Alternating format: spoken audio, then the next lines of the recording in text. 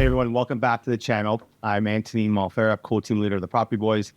And it is the, well, I guess second week of March now, but which means the February 2026 numbers are in, and there's a lot to unpack. This month's report is one of the more interesting ones we've seen in a while, not because of some big headline number, but because of what's happening underneath the surface. Sales are down, prices are down, but the market is actually tightening a bit. And I'm going to show you exactly why and what that means for where prices are headed. We're going to cover the GTA stats, the Toronto stats, York Region, and I'll even cover the West End and Oakville this week specifically. We'll also look at the condo market, take a look at long-term price and Bank of Canada rate chart, and then, and this is the part I really want to kind of you to pay attention to, we're going to talk about the sales to new listings ratio, because that number is one of the best early indicators of where prices are going next. So let's get into it. All right, let's start with the big picture, the GTA as a whole. In February 2026, there was about 3,868 sales across the GTA. That's down 6.3% compared to February of last year.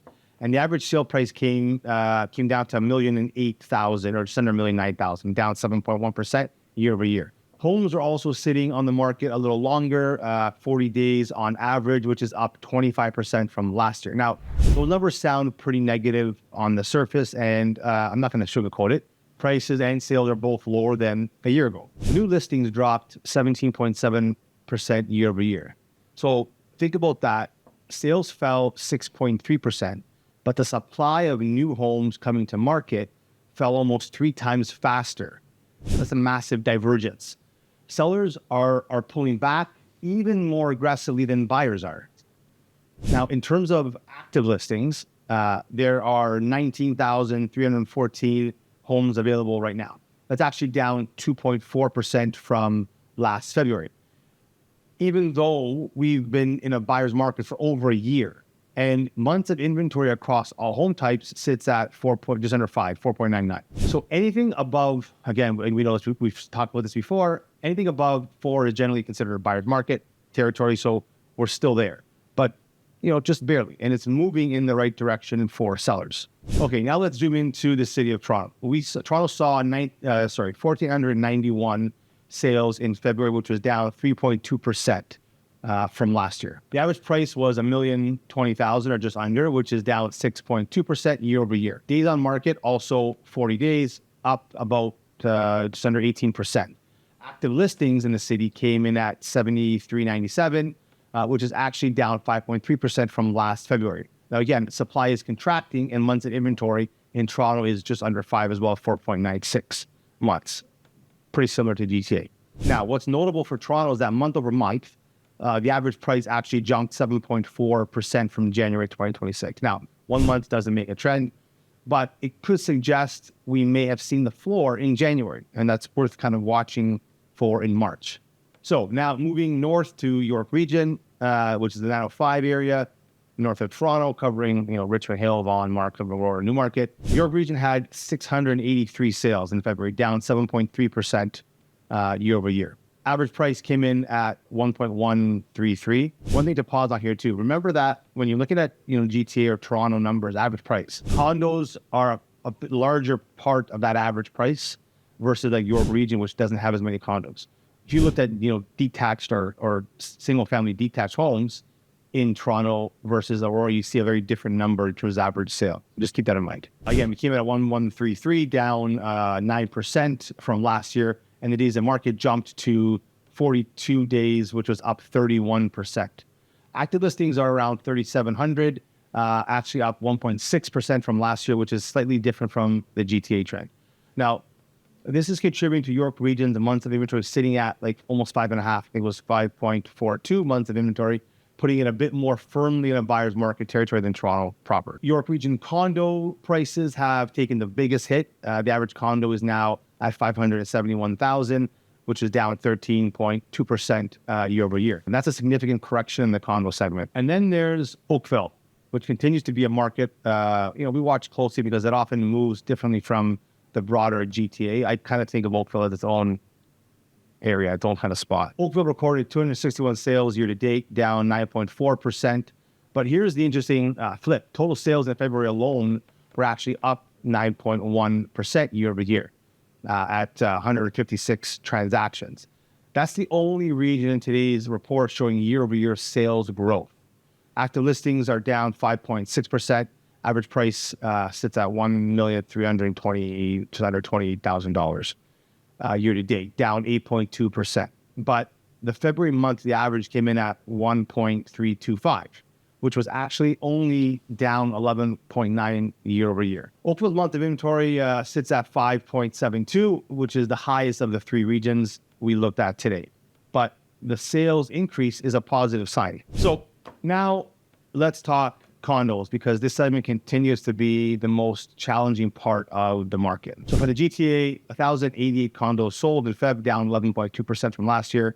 Average condo price across the GTA is $626,650, which is down just under 9% year over year. In Toronto specifically, the average condo sold for $664,000, down 8.4%. York Region fell the most at $571,250, down 13.2%. And in Oakville, the average condo sold for just over $600,000, down 10.7%. Now, although Oakville actually saw a big jump in condo sales, up 62% year over year, small sample size, but still notable. In Toronto alone, there are over 4,500 active condo listings against just 733 sales. If you're a buyer and condos are in your price range, like under 700,000 specifically, you have a lot of negotiating power right now. But again, that window won't last forever. I do think you do have some time though. So we're going to touch on this big picture chart again. I did this last few months. This is the Trev average price going a long way back to November 2021, overlaid with the Bank of Canada overnight rate. You can see the peak clearly in 2022. Average GTA prices hit around 1.3 to 1.5 million. Then the Bank of Canada started aggressively hiking rates all the way up to 5%. And the prices corrected sharply through 2022 and 2023.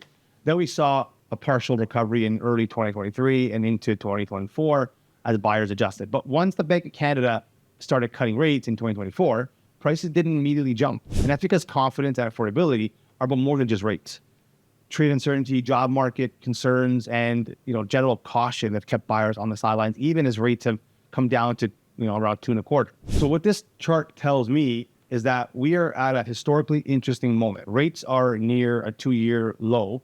Prices are near a 2-year low. And we'll talk about in the next segment, supply is tightening. This is not a bad time to be a buyer with a long-term view in the market. Okay, now we're going to talk about the sales to new listing ratio, which is, the signal you need to watch for, okay? This is the key segment I really wanted to kind of touch on. And the reason I want to touch on this is because this is where I think the real story of February is. The sales to new listings ratio is one of the best leading indicators we have for where prices are heading. Now, here's how it works for those who may not be familiar. You take total sales, you divide it by the new listings, you multiply by 100, and a ratio below 40% is a buyer's market, more supply than demand, downward pressure on pricing.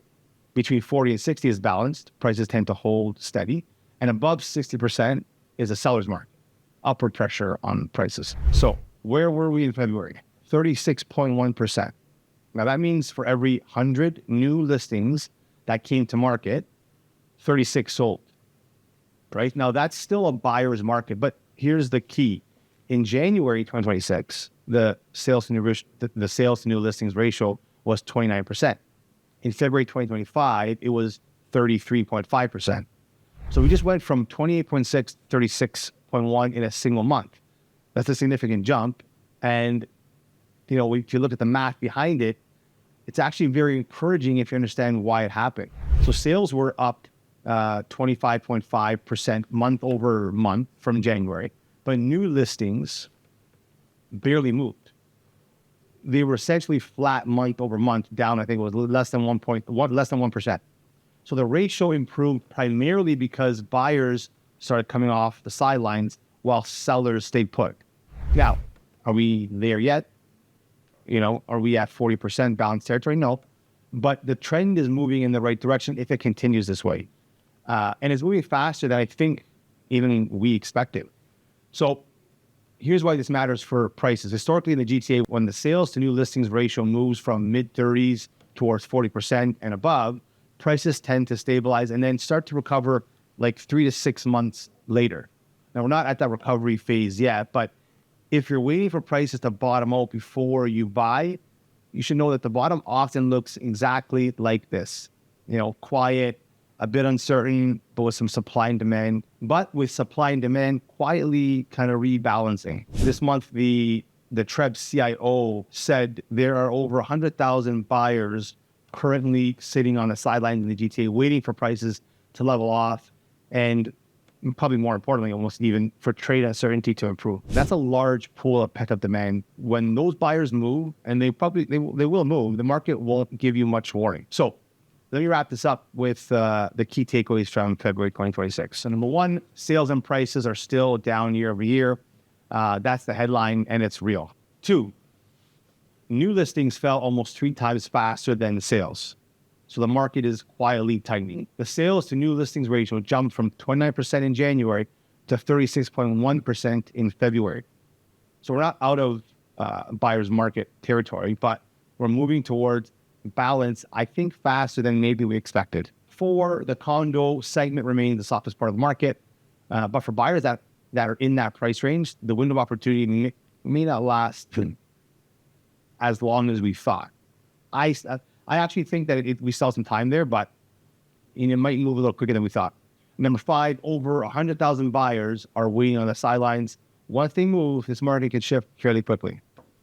So if you're thinking about buying or selling in 2026, I'd love to sit down with you and talk strategy, whether it's your first home, a move up, an investment property, or downsizing. Every situation is different, and this market rewards people who plan ahead and who are informed. Hit the subscribe button if you think this kind of deep dive market analysis is useful to you. I do this every month when the TREB numbers are released. And if you have any questions, drop them in the comments below. I read every one. Again, my name is Anthony Malfair, broker and co-team leader with the Property Boys. Reach out anytime.